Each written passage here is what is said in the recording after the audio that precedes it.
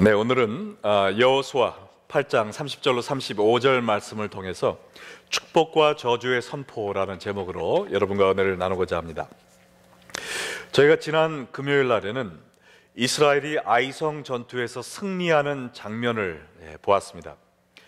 아간의 탐심과 또 이스라엘의 교만으로 인해 아이성 첫 번째 전투에서 쓴맛을 보았죠. 아주 쓰라린 패배를 맛본 후에 이스라엘은 간절히 회개하고 또한 악의 뿌리를 제거함으로 인해서 거룩함을 되찾았습니다.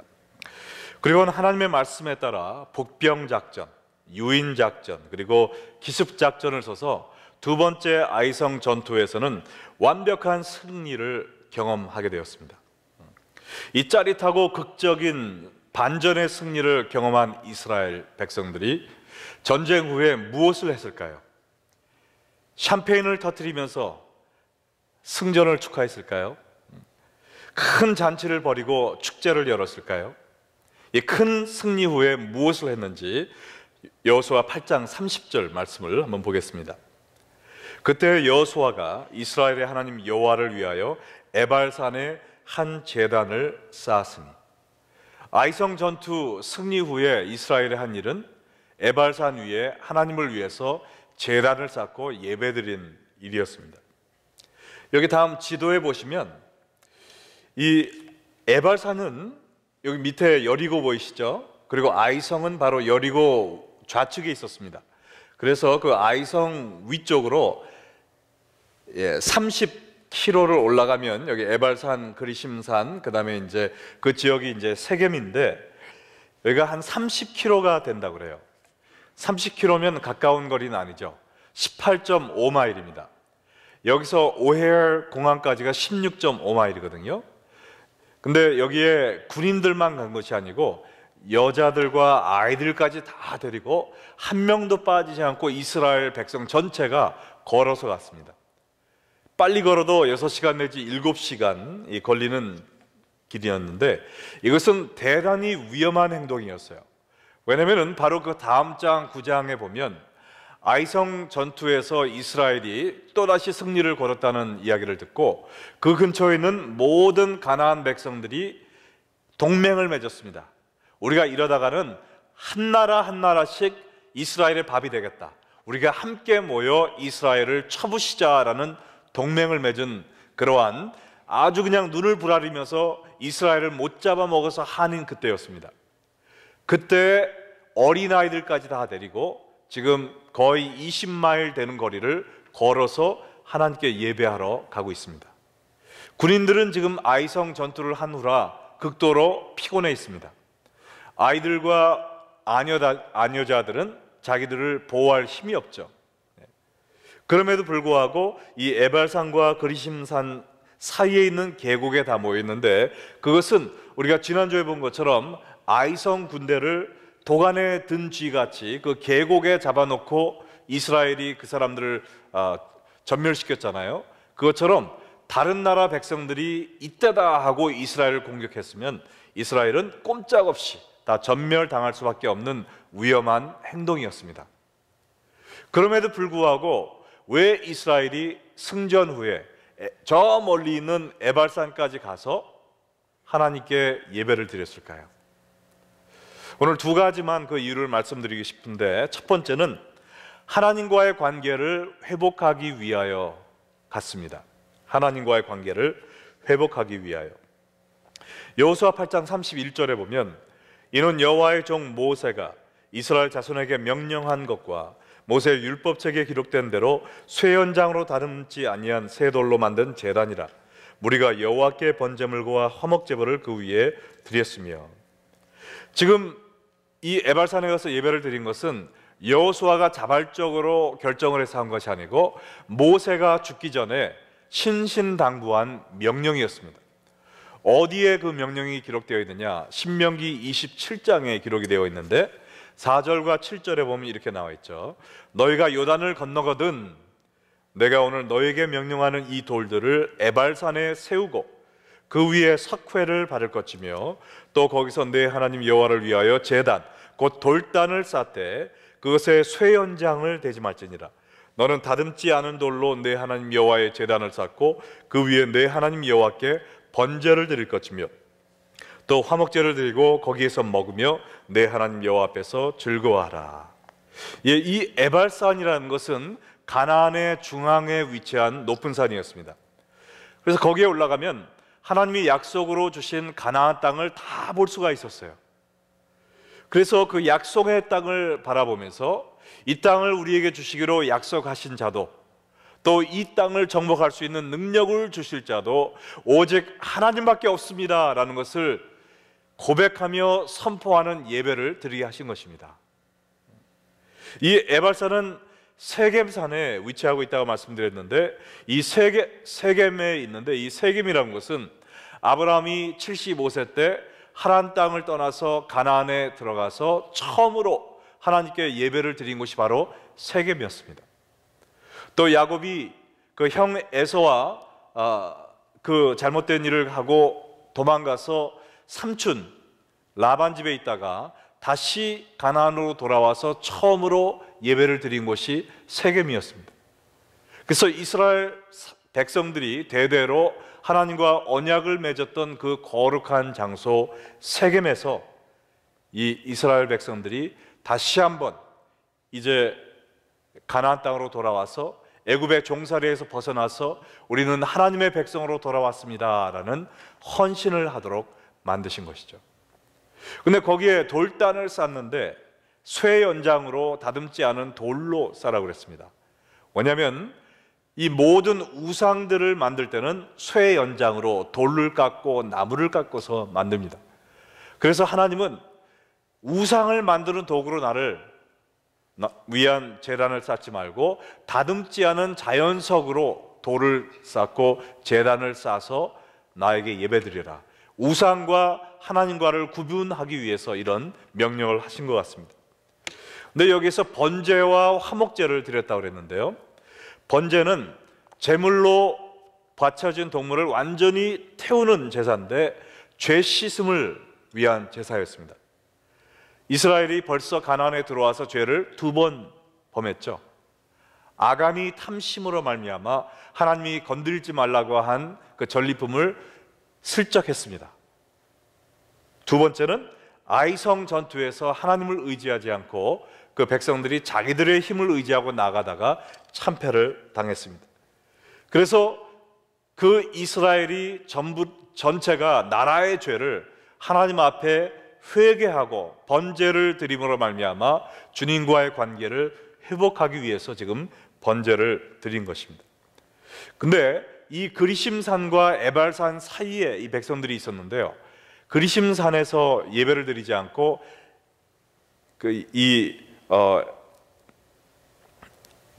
무슨 산이죠? 에발산. 네네. 에발산 하면 자꾸 곰발바닥이 생각이 나가지고. 네네. 예, 에발산에서 드린 것이 참 큰 의미가 있는데요. 좀 이따 보면은 이제 나오지만은 그 이스라엘 백성들이 반반씩 나눠서 반은 그리심산에 쓰고 반은 에발산에 섰는데, 이 그리심산은 축복의 말씀을 낭독할 때 반응하는 사람들이 거기 서 있었고요, 에발산은 이 여호수아가 저주의 말씀을 낭독할 때 반응하는 사람들이 거기 서 있었거든요. 그러므로 이 에발산은 저주를 상징하는 산이었습니다. 그러므로 이 산 전체 모든 바위, 그 다음에 제단을 쌓은 그 돌조차도 우리의 죄와 죄로 인한 저주를 상징하는 장소였어요. 거기에 양을 잡아 제물로 올려놨습니다. 양의 피가 제물을 덮습니다. 그 번제로 인해 그들의 죄가 용서함을 받았습니다. 그 제단을 쌓은 그 돌 자체가 우리 모두의, 또 이스라엘 백성의 죄를 의미하는 거예요. 그러나 그 위를 덮은 제물과 제물의 피가 태워짐으로 말미암아 그들의 죄가 사함받는 제사였습니다. 그것은 우리 모두의 죄를 덮으시는 예수 그리스도의 피를 예표한 것이죠. 또한 그 에발산에서 이스라엘 백성들이 오늘 오영근 장로님이 기도하신 것처럼, 하나님, 우리는 죄인입니다. 당신의 거룩한 피로 우리가 덮임을 받지 못하면 우리는 저주받고 죽을 수밖에 없고 형벌받을 수밖에 없는 죄인입니다라는 것을 고백하고, 거기서 하나님의 은혜로 죄 씻음을 받는, 그러므로 말미암아 하나님과의 관계가 회복되는 거룩한 예식을 가졌던 것입니다. 화목제는 무엇이냐? 거기는 바쳐진 제물의 일부를 하나님께 드려서 제사장들이 먹게 하고, 나머지는 그 제사 드리는 사람의 가족이나 이웃이 먹으면서 친목을 하는 그러한 잔치입니다. 거기에 이 에발선에서 화목제를 드린 사실은 무엇을 의미하냐면은 죄로 인해 손상되었던 이스라엘 백성들과 하나님과의 관계가 이제는 회복되어 화목하게 되었다. 우리는 하나님과 화목해야 살 수 있는 사람들이다.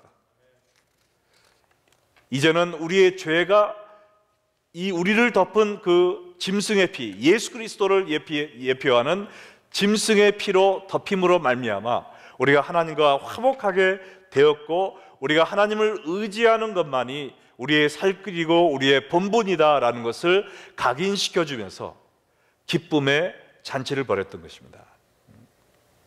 여러분, 우리도 중요한 일을 앞두고 이 번제와 화목제를 드려야 될 줄로 믿습니다. 이스라엘 백성들이 아이성 전투의 승리를 감사하면서 또 앞에 남은 가나안 정복 과업의 사업을 앞에 놓고 하나님께 번제와 화목제를 드렸습니다. 하나님, 이 아이성 전투는 우리의 힘으로 할 수 없는 것이었습니다. 우리는 참패를 당해 마땅한 죄인이기 때문이죠.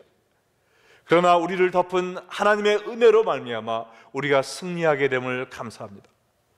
앞으로 있을 이 큰 가나안 정복의 대과업도 우리의 힘으로 할 수 없고 오직 예수 그리스도의 힘, 하나님의 능력과 은혜로만 할 수 있습니다라는 것을 고백한 것처럼, 우리도 모든 일이 있을 때 우리가 번제를 드리고, 주여 저는 죄인이로소이다, 저에게 은혜를 베풀어 주시옵소서, 예수 그리스도의 피만 의지합니다, 하나님께 이러한 회개와 하나님의 은혜를 간구하는 번제를 드리고, 화목제를 통해서 하나님 사랑합니다, 하나님 감사합니다, 주님이 나와 함께 하시니 내가 두려움이 없습니다라는 고백을 하는 번제와 화목제가 있어야 될 줄로 믿습니다.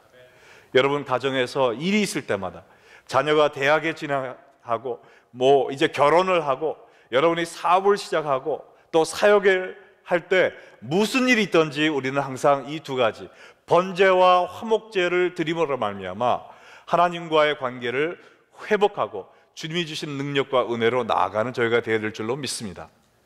그런데 큰일이 있을 때만 아니라 매일 매 순간순간마다 우리가 번제와 화목제를 드려야 되겠죠. 왜냐하면 하나님과의 관계가 막히면 아무것도 안 풀립니다.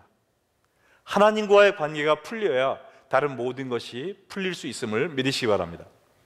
제가 오늘은 시청각 교육을 한번 해보겠습니다.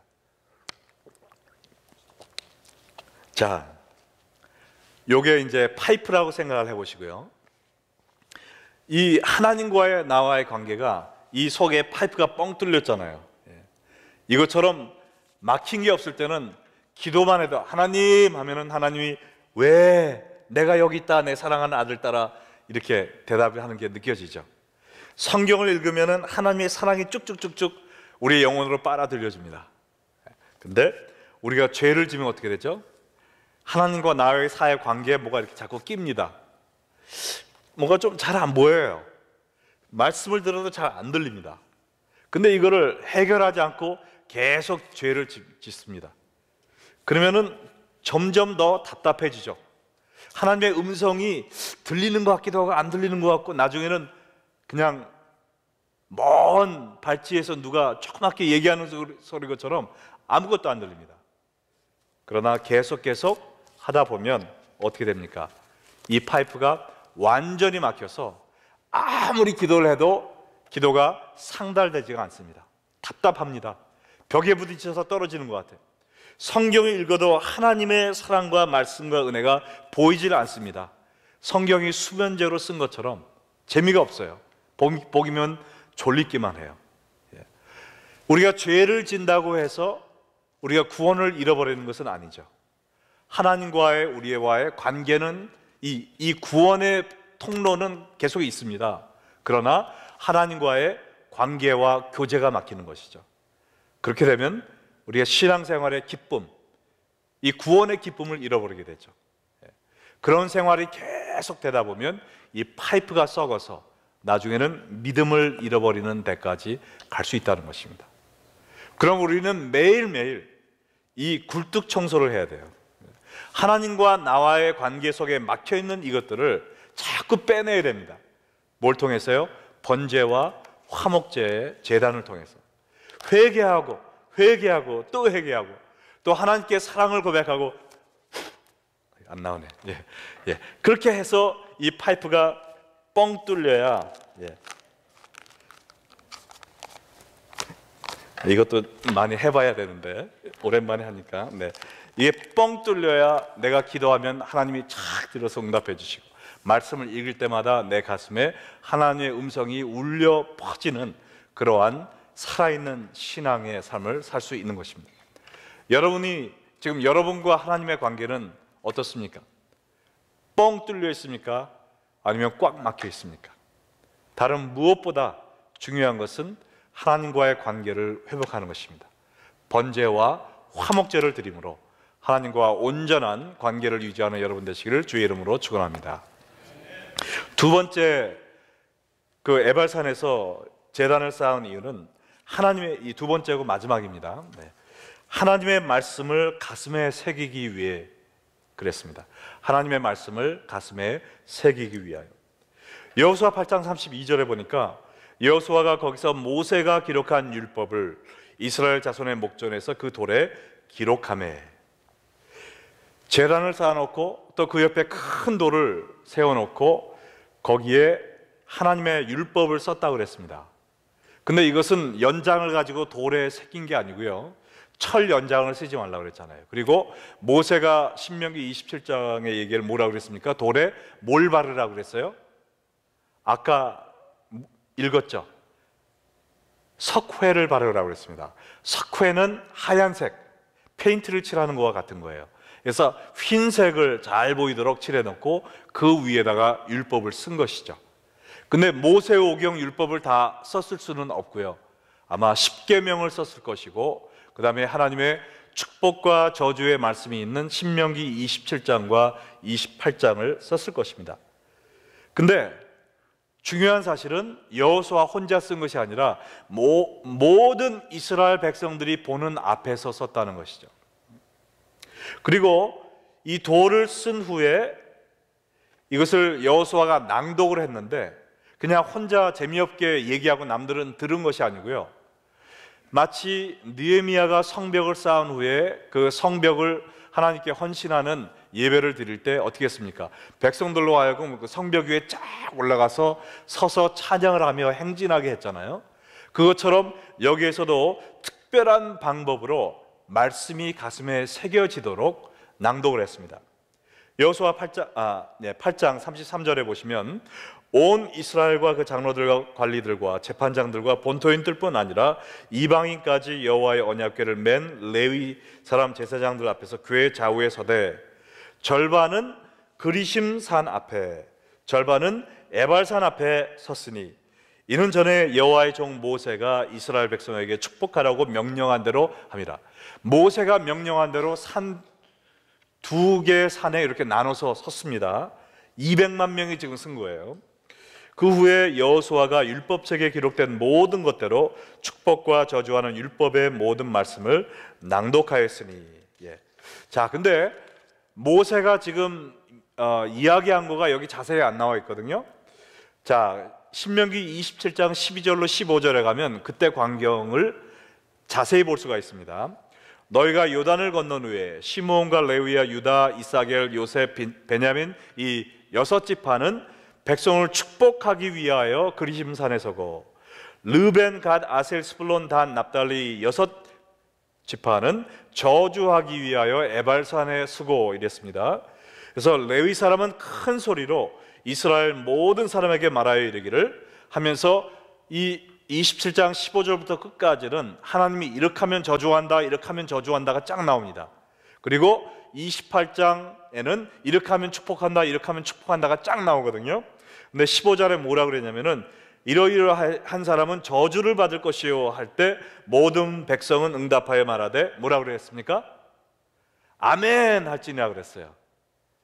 하나님의 말씀은 얼마든지 이해가 되나니 아멘으로 화답하라고 그랬습니다. 믿으십니까? 아멘. 네. 자, 그래서 우리가 아멘이 좀 많아야 돼요. 예. 자, 그래서 지금 6지파, 그래서 먼저 저주의 말씀이 신명기 27장에 나온, 그래서 지금 제가 여호수아라고 생각하고 여러분들이 백성들이라고 생각하고 한번 아멘 해보세요. 네. 예. 자, 우상을 만드는 자는 저주받을 것이라. 아멘. 예. 그 다음에 또 여기 없지만 뭐가 있냐면요, 16절에는 그 부모를 경홀히 여기는 자는 저주받을 것이라. 이랬단 말입니다. 그리고 17절부터 쫙 그 이웃의 경계표를 옮기는 사기꾼, 맹인에게 길을 잃게 하는 나쁜 놈, 고아에게 억울하게 송사하는 못된 재판장, 성적으로 문란하게 행하는 사람은 저주받을 것이라 할 때마다 아멘, 아멘, 아멘 하면서 이런 식으로 낭독을 했다는 것입니다. 왜 이렇게 했을까요? 흰 돌 위에 쓴 말씀을 그 이스라엘 백성들의 가슴판에 지금 새기는 것입니다.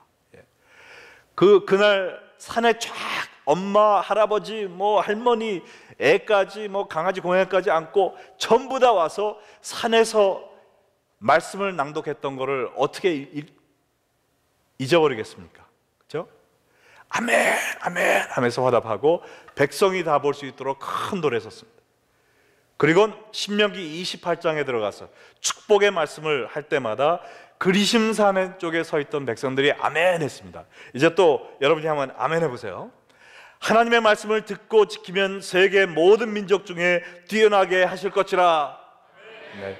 하나님 말씀을 청정하면 성읍에서도 복을 받고 들에서도 복을 받을 것이라. 네. 하나님 말씀을 떠나 좌로나 우로 치우치지 않으면 머리가 되고 꼬리가 되지 않게 하리라. 하나만 더요. 하나님 말씀을 순종하는 자에게는 남에게 구워줄지언정 남에게 구러 다니지 않게 하리라. 아멘. 자, 근데요, 저주받는 조건은 여러 가지가 있는데 이상하게도 축복받는 조건은 단 하나밖에 없어요. 똑같은 게 반복이 됩니다. 뭐냐면은 하나님의 말씀을 듣고 순종하는 자는 복을 받을 것이다. 하나님의 말씀을 듣고 순종하는 자는 이런 복 받을 것이다. 하나님의 말씀을 듣고 순종하는 자는 이런 복을 받을 것이다. 하나님의 축복을 받는 조건은 단 한 가지랍니다. 하나님의 말씀을 청정하는 것, 듣고 지키는 자, 그런 사람에게 하나님이 오늘도 축복을 하실 것입니다.